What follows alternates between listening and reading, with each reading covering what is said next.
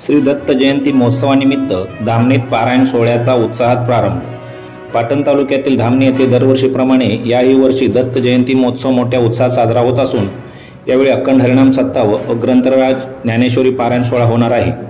सोमवार 28 डिसेंबर ते बुधवार दिनांक 27 डिसेंबर हा सोहळा चालणार आहे। हा कार्यक्रम हरिभक्त पारायण बाबुराव महाराज सावंत यांच्या मार्गदर्शनाखाली पार पडणार आहे। या अखंड हरिनाम सप्ताह व्यासपीठ चालक म्हणून हरिभक्त पारायण रमेश महाराज पळसकर यांच्या मार्गदर्शनाखाली पार पडणार आहे।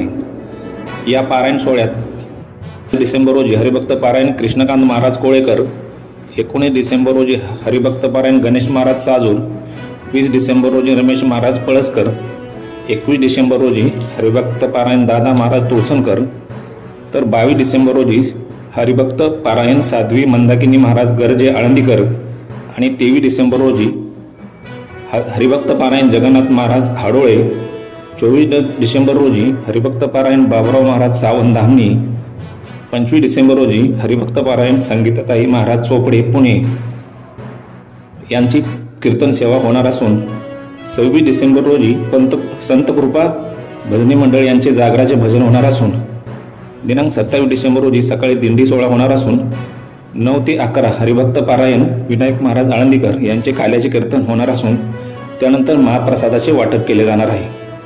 तरी परिसरातील भाविकांनी या सप्ताहाचा लाभ घ्यावा असे आवाहन श्री दत्त विकास मंडळ मुंबई व ग्रामस्थ मंडळ धामणी यांनी केले आहे।